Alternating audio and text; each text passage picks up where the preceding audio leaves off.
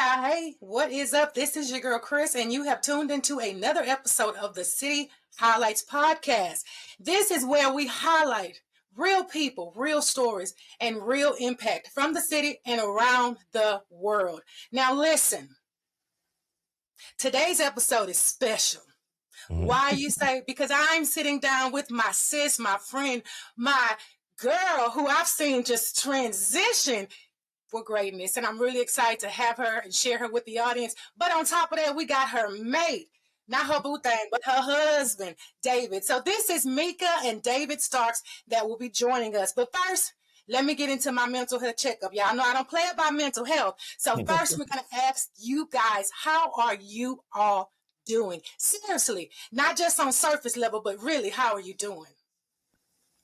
We're good. We are really good. We're doing good. We just got back, so we are back into the swing of things. Mentally, we good. Okay, I love that. David, how you doing? I'm great. No complaints. No complaints at all. I love that. I love that. Being in media, being married, and building together, how do you all protect your peace? Oh my God. You should ask David that question because, honey, the peace has been peacing. Okay. So, David, what's your strategy for protecting your and Meka's peace? Do you guys do individual protection and then couple protection, or how does it work in your household? No, we actually talk about it.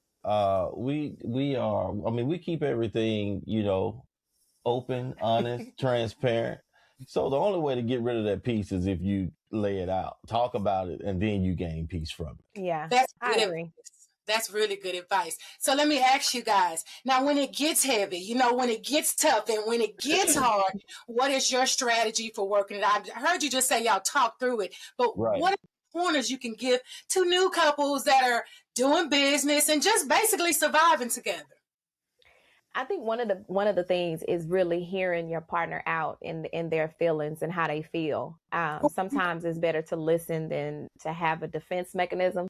Because especially with us coming from two different backgrounds, from two different areas, me being a socialite, David being a humble quiet socialite, so sometimes we have those scenarios and situations where I'm a little bit too outgoing sometimes, but I have to be considerate of the fact that, his piece is sometimes not wanting to be sociable. And so what we do is I pretty much hear him out. He hear me out. We compromise when it comes to certain things that I need to do or want to do.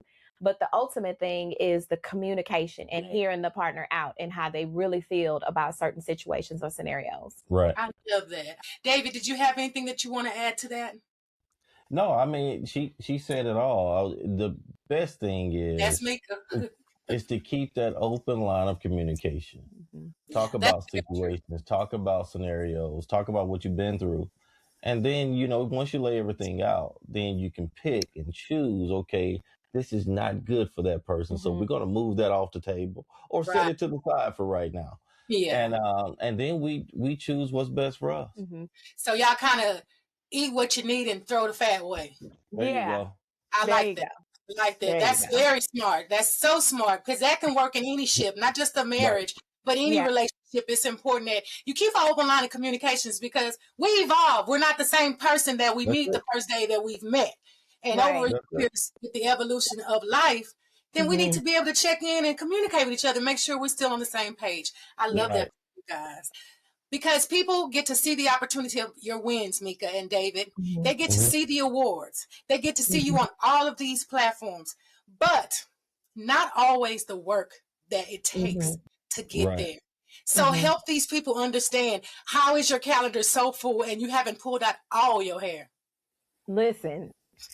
Well, you know what? Actually, my calendar is not as full as what it used to be. Currently, I have a lot of stuff that's back to back, but I try to do my best now to understand that I do have a significant. I'm in the house with my significant, and so a lot of the things that I used to do, I have to say no to if it doesn't make sense, right?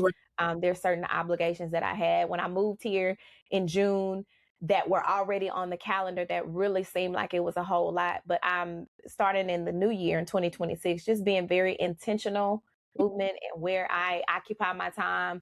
And also, hoping that the things that I am involved in, I have my significant alongside me. So it doesn't seem like I'm doing it by myself, but we're doing it together. That's good. You have a partner in crime, because Meka, you do amazing things. You do a lot for the community, and you do a lot for the Christian fellowship. So therefore, I can honestly say that I think that David, he shines a light on you, and I didn't think that was possible.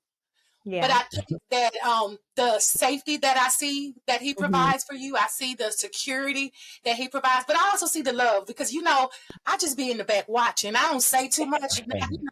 I just sit back and watch, and I can honestly say, even though I took a break from socials, I still was able to see your growth, Meka. And I just want to commend you and say I enjoy the lady that you are becoming as a wife.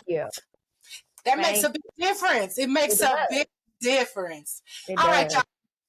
So if this is your first time tuning into the City Highlights podcast, what I do over here is I shine a light. I use my light to illuminate others. I like to basically big up people that are doing big things in the community. Now, I must share with you guys, I used to just say Houston, but I've decided and I tried to really expand my territory. So I'm grateful that we have some Dallasites, because she's no longer a Houstonian, people from Dallas that are able to kind of share what they got going on. So Meka, I saw you just came from Chi-Town, and of course, I saw your mom receive. So tell the people what's that about? What's going on?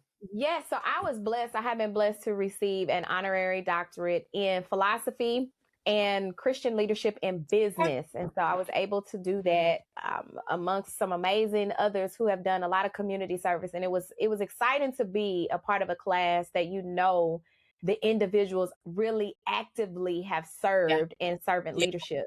A lot of times, and I know you know, Kris, that we see a lot of award ceremonies, and you looking like, how did this particular person receive that award or that accolade?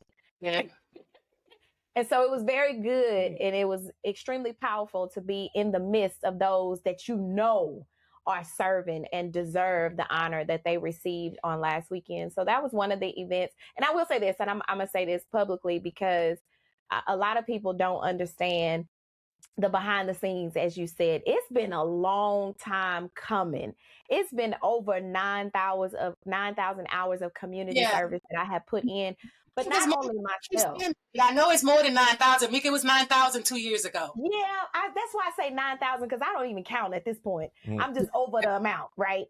Right. But I will say this, and I want over 9,000 hours. Over 9,000 plus, 9,000 plus. But I also want to say this, because even though I have been put on the forefront, even though I have received the award, there are so many people along in this journey that served alongside me. So it wasn't just an honor for myself, but it's also an honor and a representation of all those who said yes to my servant leadership, who said yes to volunteer, who said yes that they wanted to support and serve, who said yes for David coming along and just opening up his heart and his mind and his hands to be able to serve alongside me. And so I also want to make sure that I say congratulations to those who have helped me, because I didn't do it by myself.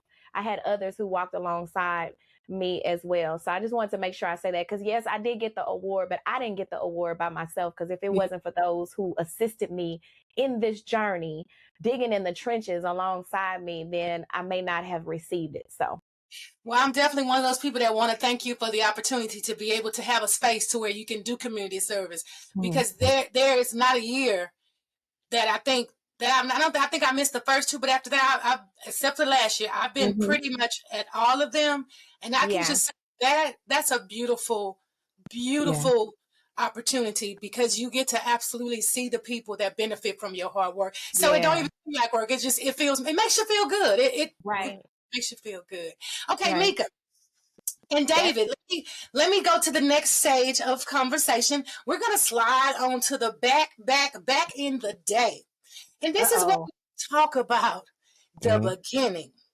Back in the day, before the podcast, before the recognition, before all of this, Meka.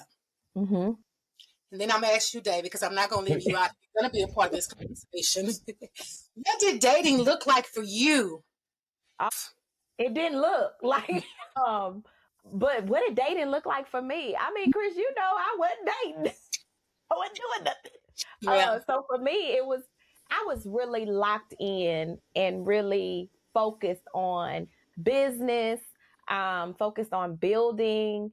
Yes. I wasn't really concentrating on dating. I did that years ago. But I was really focused on, I can't even really tell you because I really didn't date. Now, if you talk about David and I dating, that's one thing. But before David, I wasn't dating. Look at God. So. Look at God. When you did start dating, you got the opportunity to date your husband. Yeah. And had no idea. Lord, God is good, I must say. Yeah, David, for sure. What did dating look like for you prior to marriage? Yeah, I never was a big dater myself. Mm-hmm. I never was a big dater. So when I saw Meka, I knew it was over with then. You knew you found your wife. Yeah, for sure. For sure. She does have that, she got that on her, so I could see that happening. Love her. Man, how what you said, so Kris? When I met him the first time, you and I were together. We were. Yeah, Kris was with me at the release party. I didn't know she was with me. That's the first time we met. We when we went to that release at Vegan Baby. Did not know that. Kris was with us. She was with me.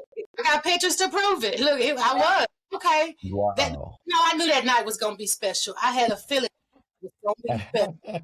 I never knew. Look at God. Well, let me ask you all this. Who actually made the first move? Oh, David. You can be aggressive when she wants something. So I got to ask. I wasn't the aggression or being aggressive with a male, that was never me. No, I haven't seen you in that atmosphere, but I just know you when you want something, when you feel I know you're going to work and get it.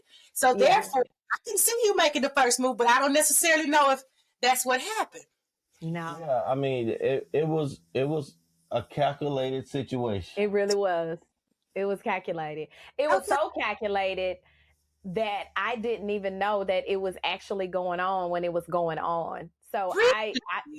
like he really, really calculated the entire thing, like for sure. So I would like to ask David, if I can. This is Kris. I just want to know, how long were you calculating before that moment, though? No, it was from that night. How long did you calculate, David? Right. It was from that night. That night I started working. Wow. So you knew, and see, young men, and ladies, y'all need to tune in this part, because I've always been told when a man finds his wife, he finds a good thing. If a man wants something, he gonna go get it. All of this, not answering the calls, ladies, all this, I've been busy. That's not a reality. If a man wants you, he gonna make the time. And that's literally live that. I saw that, you hear it like it's a cliche thing, right? Mm-hmm. But I told him, like, he never took his foot off the gas. Like, once he knew what he knew, he never took his foot off. Never took his foot off. They're not. Okay, David, may I ask you, what was it about Meka that made you get on the gas and press go? That night when I saw her, I don't know. It was just something about it. I was asking questions. Who is that? Mm-hmm. Who is that? And there was another young lady in there that they was trying to get me to talk to, but I'm like, no, who is that? So I had to go through. Who they were trying to get you to talk to? I'll tell you off the air. I'll tell you. Okay, I'll tell you. Because you see me side out the whole situation.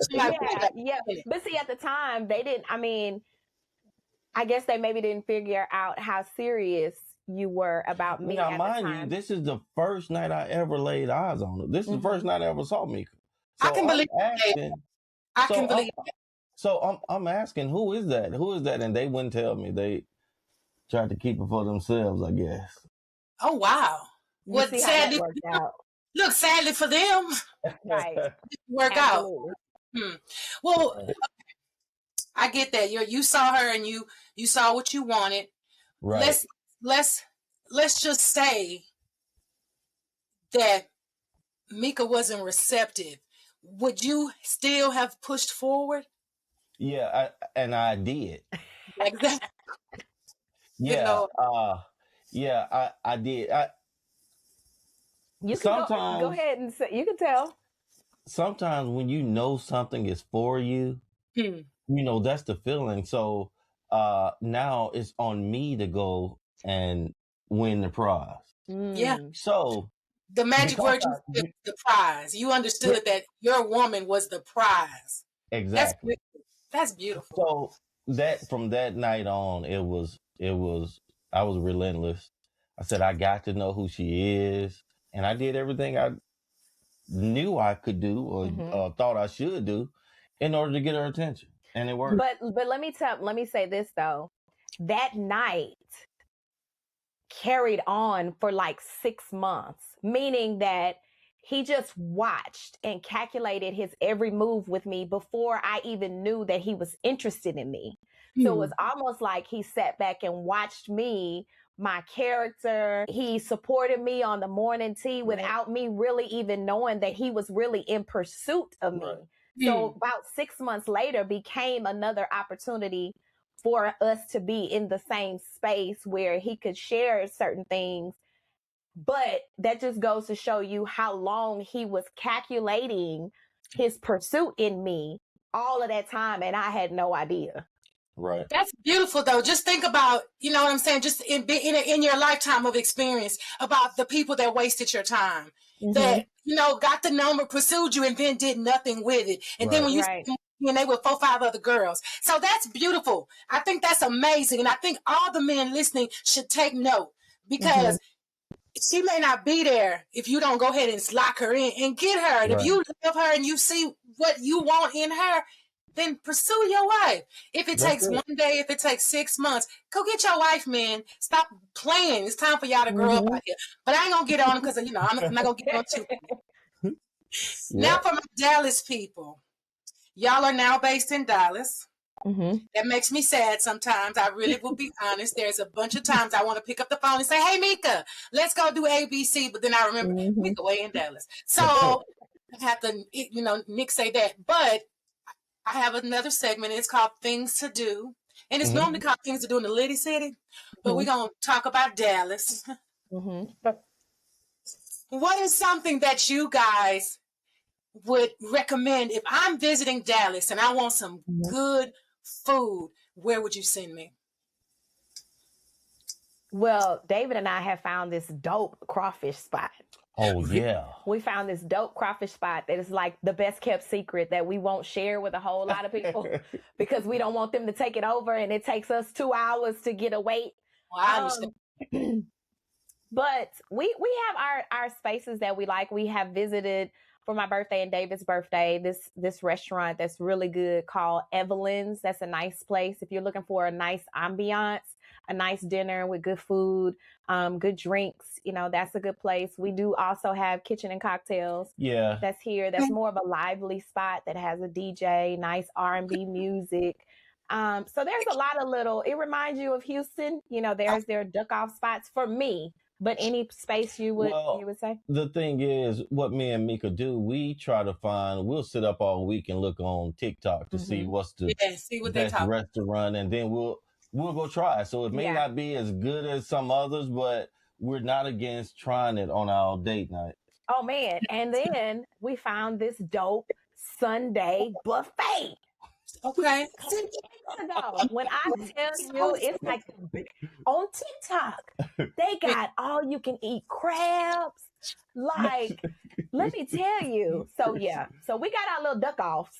No, I'll be honest. TikTok, I find myself, I shop, I get all my skincare. Yeah, I have to get off that TikTok because they was getting all my money. I'm sorry.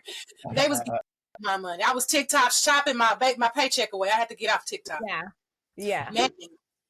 Okay, now that we got all the fun things to do in the city of Dallas. I can't say Liddy City because it ain't Houston. Okay, what's your favorite spot in the Liddy City called Houston?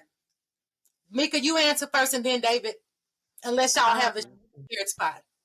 My favorite spot in Houston, Kris, is so crazy because, and I'm saying this in all full transparency, I have a hard time remembering places in Houston now because I haven't been there in almost a year now. And I have a hard time thinking of, where did I used to eat in Houston? Where did I used to like to go?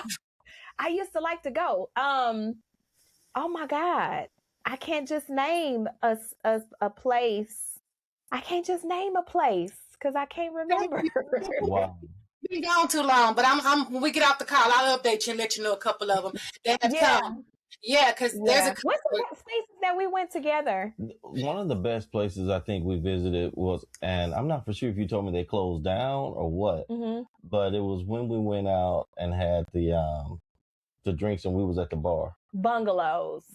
I love downtown. Yeah. God, that just went to my cousin's birthday. I love their have the oysters on the half shell. Yeah. I got a whole live at Bungalow on Instagram right now, and I was just sitting up being a real fat girl because good. And the drinks. Customer service was really, really good. Another place that we like that we found while we were in Chicago is Pravari. They do have a Houston location now that's off of Washington, but we love this. We ate there first in Chicago, and they built one in Houston. And so we did go visit the one in Houston, and we like them as well. It's not as good as Chicago, but it's spell that for me, please. It's Provare. It's on Washington Avenue.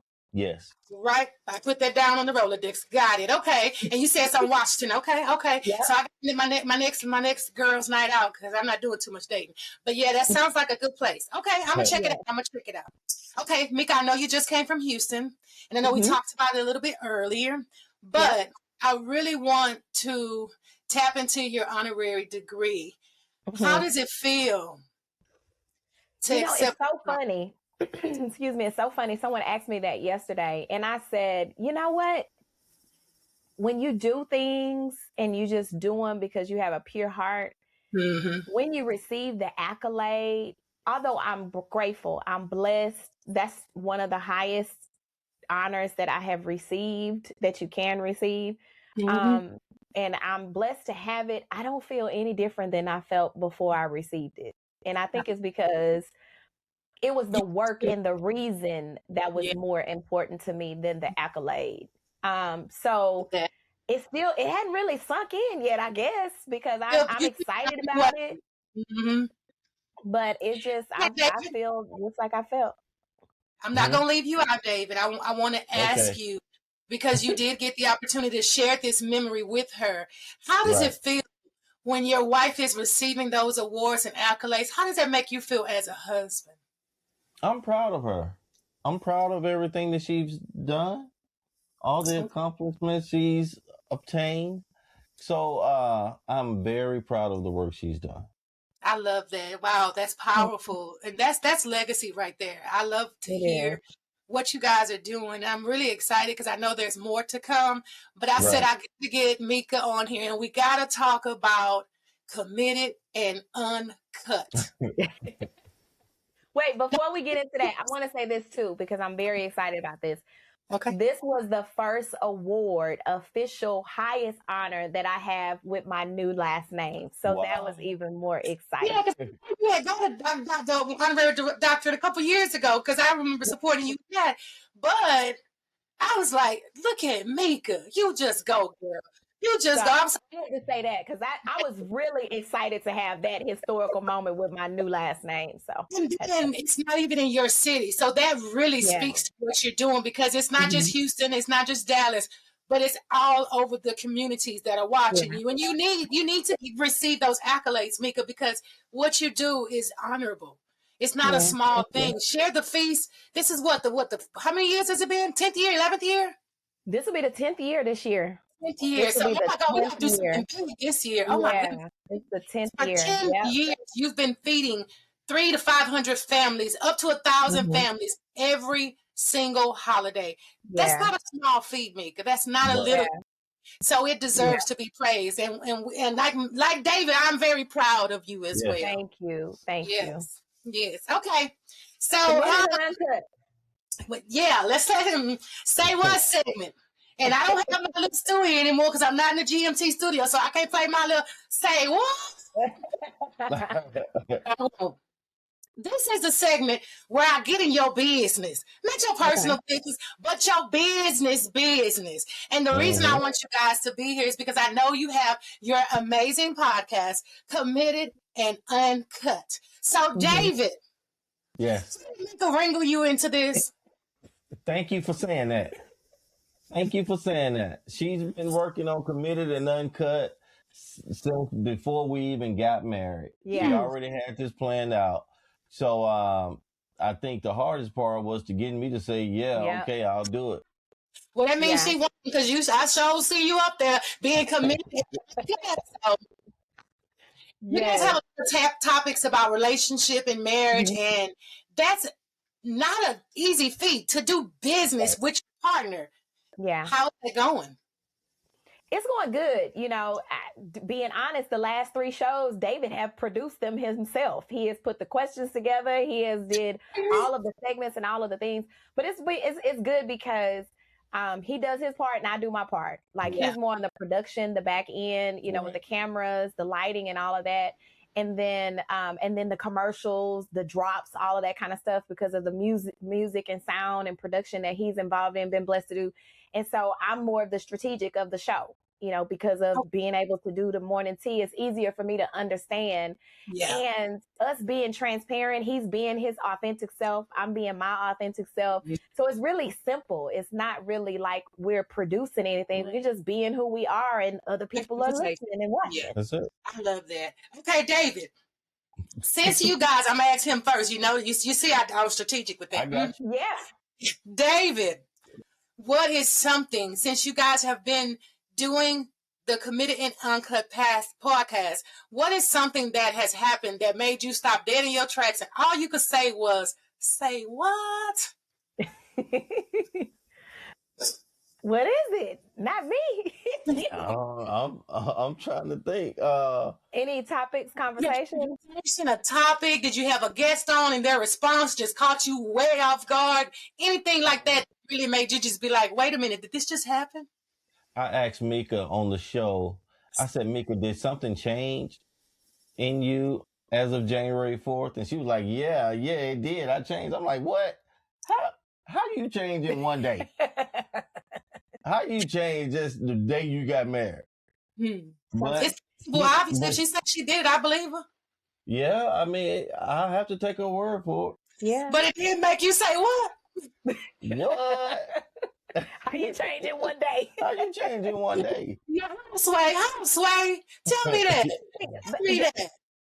Your perspective can change. Like your perspective can change. And what I explained to him was like I felt like our love grew to another level. It grew for me. I was like, I didn't think, and here's the thing. You think that you have loved a person to the highest. Yes. And that's how I felt before we got married. And then after we got married, it went beyond that level of what it was before. And so that's what I mean by change. That's for me. I'm saying for me. I do understand that because I can say I had my first son. They're 5 years apart. I thought I would never be able to love a human being that way again. But then here it was 5 years later, I found out I was pregnant and I was really disappointed. I'm not going to lie. I was really disappointed because I'm not married. I'm like, oh man. Then that little boy was born. When I looked into his eyes from that day forward, I changed as a person. I knew the rest of my life was dedicated to making sure that he was possible. He was able to be whatever his dreams wanted to become. So I can see that. And it was just one day, David. It was just one day. I know. I hear it. So I guess you're right. I mean, I didn't know it was possible until it was possible. Yeah. Okay, I get it. I think it is possible. I agree with you. It's not per se a full 180 because if you do 360, but there when you say I do, I can see. And I've heard people always say that after they got married, the relationship was either solidified or it was changed. That's just the reality. I can see that. I can see that. Yeah. And maybe she's preparing to make those changes, but she didn't fully commit until after that day. Yeah. Right, Meka? No, I was fully committed. I just didn't know my capacity of love could go beyond it was because I knew how much I loved him. Yeah. You know, and I just didn't know until after. It was just like, it was almost like falling in love all over again. You know, Yeah. it was just different in a good way. That's beautiful. And I'm happy that you guys have found each other and are able to be in this space, because I'll say, I don't talk to Meka off of David. I don't talk to her. I might talk to her every blue moon. But whenever I talk to her, that's my sis. There's nothing but love. There's nothing but compassion. There's nothing but admiration. And I'm really happy. And I can tell her, I don't know if she could, I don't know how this camera working, but Meka, I'm so happy, because the day I met David, I knew he was the one for you. Oh. You remember the conversations that we had? I do. But I've always felt very strongly about how David treated you. And I have always knew that you're a lucky girl because you found the one. And David, I must tell you, you have committed and got married to one of the most special people in the world. Meka is truly an amazing woman. So you got lucky, brother. I must tell you, you got both of y'all got y'all big ones. Both of y'all got y'all big ones. Cool. Okay. Y'all too real. Wow. But I want to have fun with you guys. We can get off of that. That's a high note. I love being on a high note. And I was really happy to be able to share that with you guys and let you know, even the little people in the back are rooting you guys all the way to the top. Trust that. Thank you. David, I know you're a musician. Before we get into this game, I want to have a little background so the audience will know, what exactly in the music field do you do? I actually play, I tour with Dave Hollister, and I played talk box on stage for him. And I've done a few other tours, but my main artist now is Dave. Okay. You say talk box. Somebody in the audience don't know what you're talking about. Give us a little explanation of exactly what the talk box is. And did you buy this? Is it something you found, or how did this come about?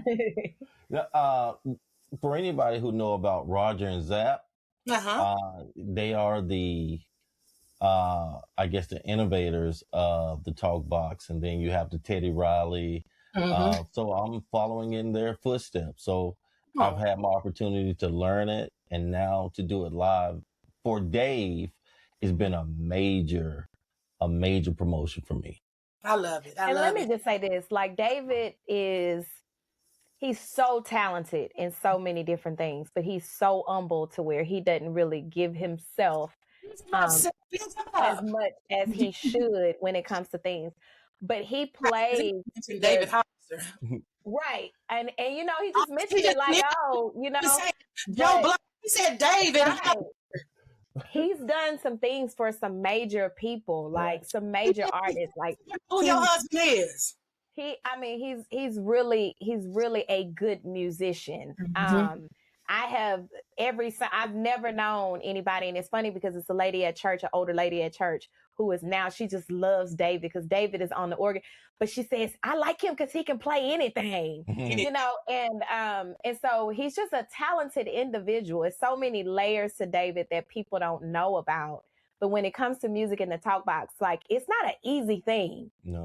It's not an easy, I'm going to say, instrument or tool to be able to use. And although there are other people who do it, it's completely different when you do it in layers.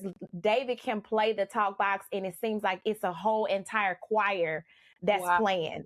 It's a lot. And so he talks about it like he just does this and he does that, but he's very talented in the things that he does.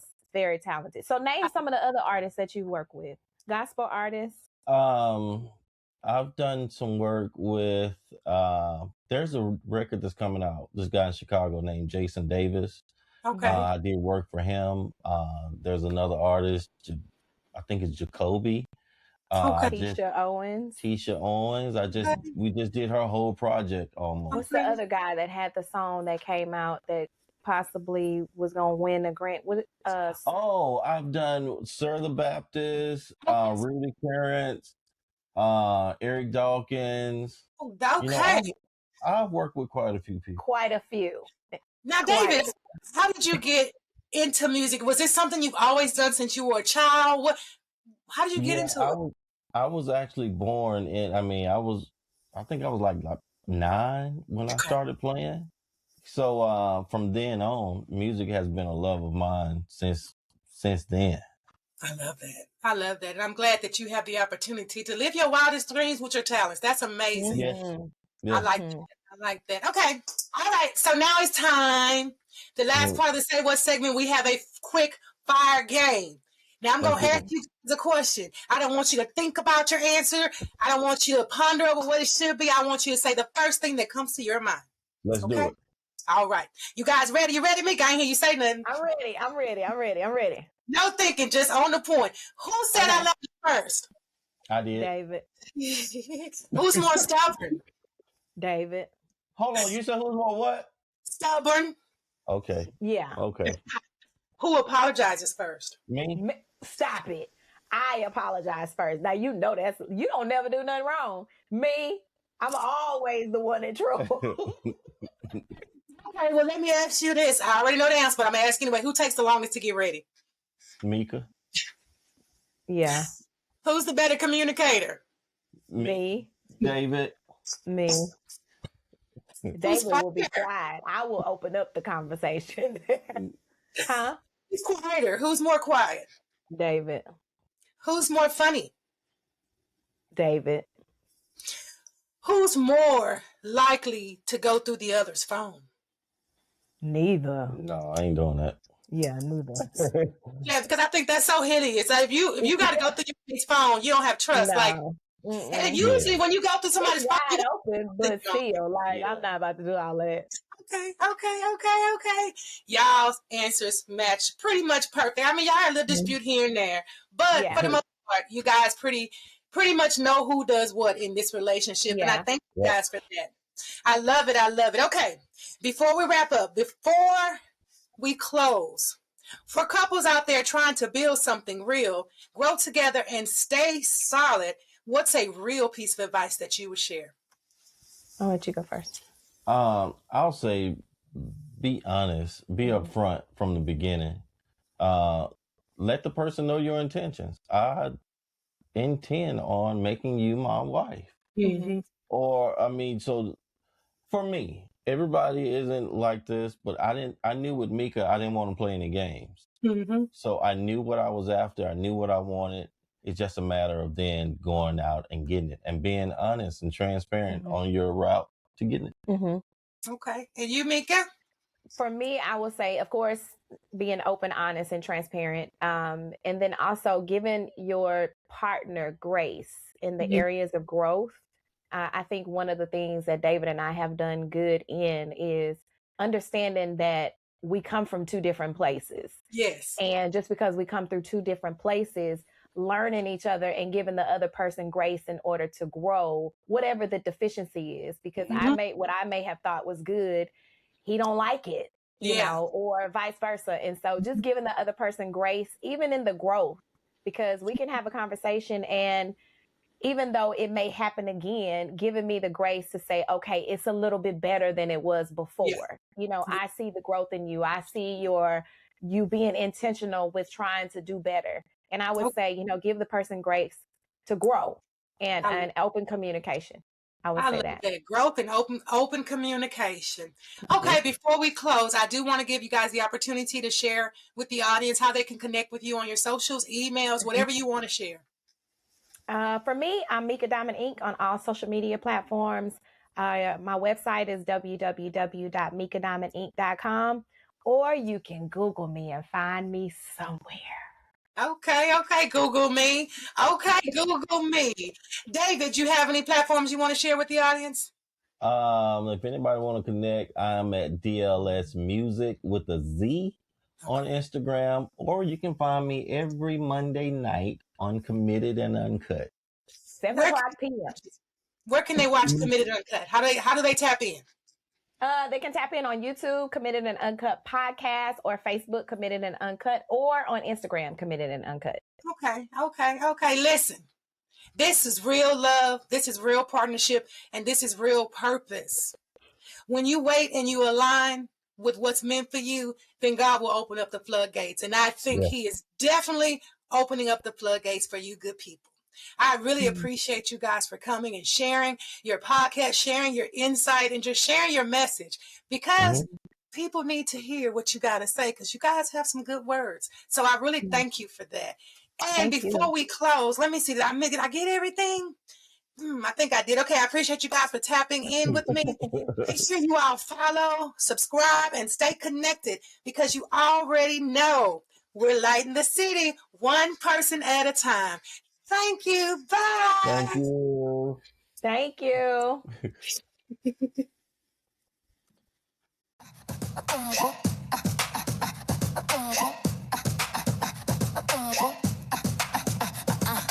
Lights up the skyline, glow so bright. Hustle in the heart, yeah, we own the night. Dreams in the air, they're taking flight. The city highlights, we shine, we grow. If you got the fire, let the whole world know. From the heart of Houston to the airwaves flow. In the city highlights, we all win so. Painters and poets, rappers who rhyme, singers and dreamers, it's your time. Step